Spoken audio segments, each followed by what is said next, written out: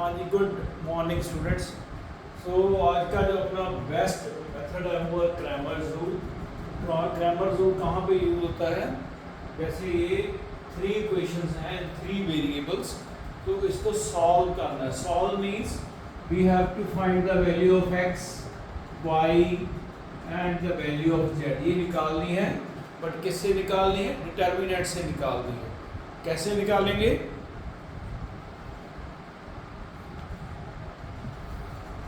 तो this is the given equation, these are the given equation, ये हमें दी हुई है। इसमें जो भी वेरिएबल मिसिंग है, जैसे यहाँ पे y नहीं है, तो y के साथ हमने उसका कोएफिशिएंट लगा दिया 0। अब x है नहीं तो x का कोएफिशिएंट लगा दिया 0, और इसमें देखिए z है नहीं तो z का कोएफिशिएंट लगा दिया 0। पहले तो ये है कि जो भी वेरिएबल मिसिंग है इक्वेशन में, उसको आपने लिखना है विद 0 कोएफिशिएंट्स, जैसे 3 हमने लिखे हैं। नाउ अभी हमारे पास ये 3 इक्वेशंस हैं और इनको हम सॉल्व करेंगे डिटर्मिनेंट की हेल्प से। तो सबसे पहले आपने भी डी डिटर्मिनेंट लिखना है, राइट। इसमें हम क्या लिखेंगे, और ये 3 जो हमारी इक्वेशन है, इसमें जो x, y और z के कोएफिशिएंट्स हैं ये हम लिखेंगे। जैसे इस इक्वेशन में x का कोएफिशिएंट मतलब जो x के साथ नंबर मल्टीप्लाई हुआ है उसको बोलते हैं कोएफिशिएंट।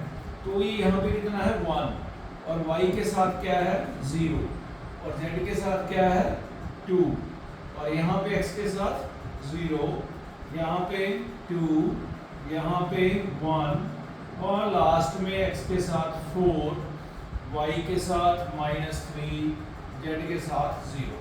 तो ये 3/3 का हमारा डिटर्मिनेंट है, जिसका हमने नाम रखा है d। तो इस d को हम एवेल्यूएट करेंगे, इसकी वैल्यू निकालेंगे, जो कि ऑलरेडी आपको आती है निकालनी। तो सबसे पहले जो a11 एलिमेंट है इसको हम लिखते हैं, हम लोग पूरा सीखेंगे इसको। इसके साथ हम प्लस रखते हैं, लगाने की जरूरत नहीं, फिर माइनस, फिर प्लस, ये कोफैक्टर से आते हैं। तो 1 के साथ क्या लिखना है? 1 के साथ उसका कोफैक्टर लिखना है। इसकी ये रो हमने छोड़ देनी है पहले वाली, ये इसका कॉलम छोड़ देना, जो बाकी का बच गया 2/2 का, उसको हमने लिखना है डिटर्मिनेंट की फॉर्म में। और नेक्स्ट जैसे मैंने बोला यहाँ पे लगाना है माइनस, फिर ये 0। अब 0 के साथ तो जो भी चीज़ मल्टीप्लाई होएगी वो 0 ही होएगी, लेकिन हम लिख देते हैं, इसकी रो छोड़ दी, डिलीट कर दी, इसका कॉलम छोड़ दिया ऐसे। तो what is left? 0 4 1 0, 0 4 1 0, and in the last 2 है, 2 लिखा, इसकी रो छोड़ी, इसका कॉलम छोड़ा। जब हमने इसका कॉलम छोड़ा भाई, तो ये थर्ड कॉलम छूट गया, तो क्या बच गया? 0 2 4 -3, 0 2 4 -3, 0 2 4 -3। अब हमने इसको करना है एवेल्यूएट 1। पहले इसको इससे मल्टीप्लाई करते हैं, 2 को 0 से मल्टीप्लाई किया 0, फिर माइनस हम लगाते हैं इसमें अपनी तरफ से, वो हमने लगाना ही लगाना है, राइट। और फिर इसको इससे मल्टीप्लाई किया 1 को -3 से, तो क्या आ गया? -3 आ गया, राइट। बाद में ये माइनस माइनस प्लस हो जाएगा, ये 0, क्योंकि 0 को किसी चीज़ से मल्टीप्लाई करेंगे तो 0 ये लिखने की जरूरत नहीं है।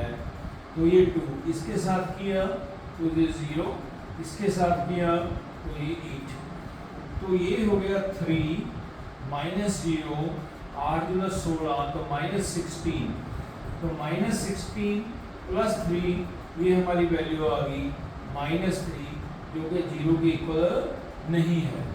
इस वैल्यू को हम लोग कहाँ लिखेंगे? फाइनली जो हम x, y, z की वैल्यू निकालेंगे वो ऐसे निकालेंगे, x d1/d, y होता है d2/d, और z होता है d3/d। तो सभी के नीचे ये -13 आ जाएगा हमारा d, और यहाँ पे भी -13, और यहाँ पे भी -13। अब नाउ अभी ये क्वेश्चन है कि भाई ये d1 d2 d3 क्या है? तो ये हम यहाँ से निकालते हैं, हम देखते हैं d1।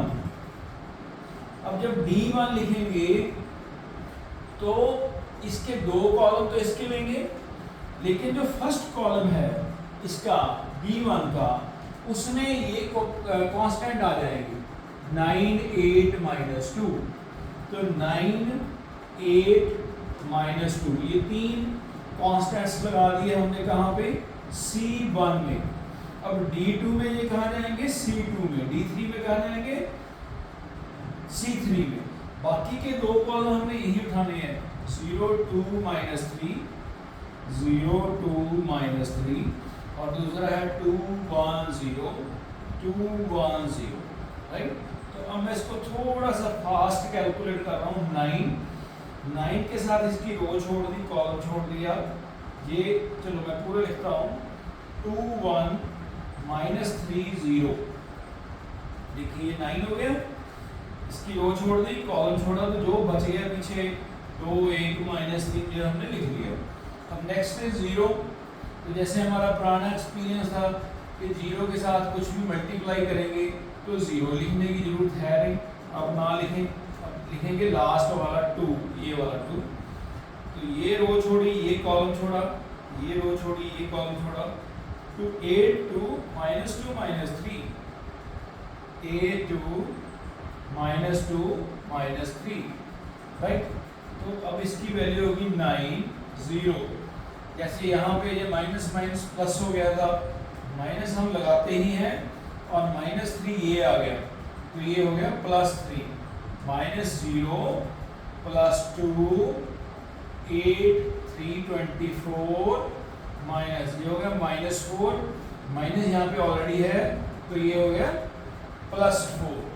तो इसकी जो वैल्यू है वो 9 3 जा 27, 9 30 27, और ये -24 में से 4 गए तो -20, -20 को 2 से करेंगे तो -40। ये वैल्यू आ गई कितनी, ये भी हमारी कितनी आ गई, -13 आ गई। तो ये D1 की जो वैल्यू है तो एट द एंड लास्ट में हम यहाँ पे रखेंगे। अब ये देखिए कैंसिल हो गया, तो इट मीन x की जो वैल्यू है वो 1 हमारा फाइनल आंसर आना शुरू हो गया। तो अभी हमने क्या निकालना है, D2 निकालना है और D3 निकालना है। तो जब हम D2 निकालेंगे तो जैसे हमने ये कांस्टेंट जो है इसको यहाँ पे फर्स्ट कॉलम में रखा है, अब इसको हम रखेंगे सेकंड कॉलम में 9 8 - 2। फर्स्ट कॉलम कहाँ से लेंगे, ये D वाला 1 0 4, और ये थर्ड भी 2 1 0। अभी मैं इसको डिलीट कर रहा हूँ क्योंकि हमारे पास स्पेस नहीं है, तो इसको हमने कर दिया यहाँ से डिलीट। ओके, अब हम इसको कैलकुलेट करते हैं D2 को। ये हो गया 1, इसकी रो छोड़ेंगे, कॉलम छोड़ेंगे, 8 1 -2 0। जैसे हम पहले लगा रहे थे प्लस माइनस प्लस, तो यहाँ पे आ गया प्लस, और 9 की रो छोड़ी, कॉलम छोड़ा, 0 4 1 0, एंड लास्ट में है भाई 2 की रो छोड़ी, कॉलम छोड़ा, 0 8 4 -2, 0 8 4 -2, राइट। तो इसको करेंगे हम कैलकुलेट, तो इसकी वैल्यू हो गई 1। इसको पहले इससे करेंगे 0 माइनस, ये आ गया -2, तो ये माइनस पहले +2 हो गया, 9 0 -4 +2 0, ऐसे माइनस 8 चौके 32 32, तो ये हो गया 2 माइनस माइनस प्लस 36, और 32 दूनी 64, तो ये प्लस के हो गए 38 -64। 64 में से 38 निकालेंगे तो ये माइनस का 26 आ गया, जो कि हमारा क्या है, D2 है। देखिए D2 को हमें यहाँ पे डालेंगे -26, तो ये कैंसिल होकर वैल्यू क्या आ गई, y की 2 आ गई। अब हम similarly we will find D3। D3 में पहले दो कॉलम को इसी के लेंगे, 1 0 4 0 2 -3, और जो थर्ड कॉलम है, जैसे इसमें हमने सेकंड में ये कांस्टेंट रखे थे 9 8 -2, अब इसमें लास्ट में आ जाएंगे 9 8 -2। इसकी करते हैं अपन कैलकुलेशन।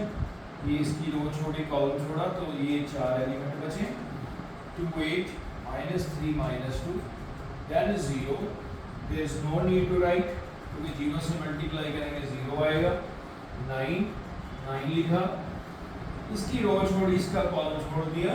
0 2 4 -3 0 2 4 -3। अभी क्या किया, सॉल्व करेंगे।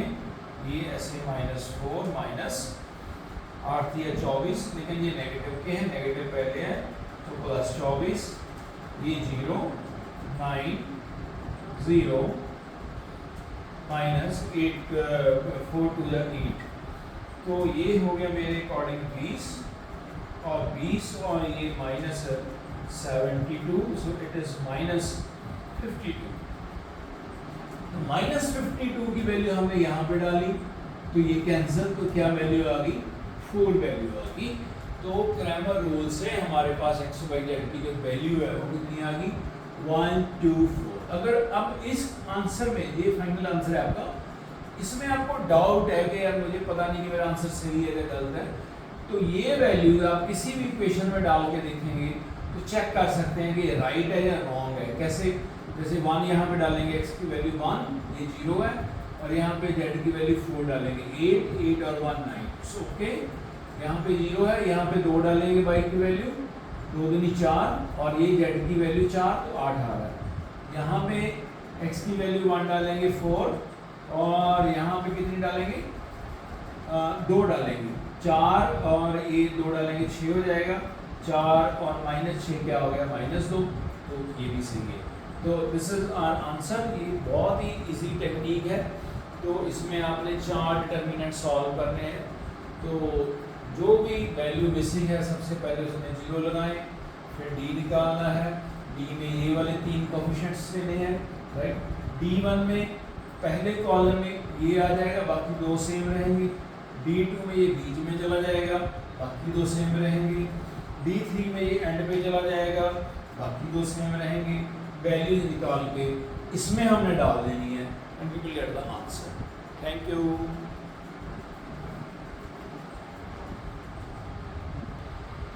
तो ये जो लास्ट लाइन आपकी मिस थी d3 की, इसका आप देख सकते हैं 20 -72 -52।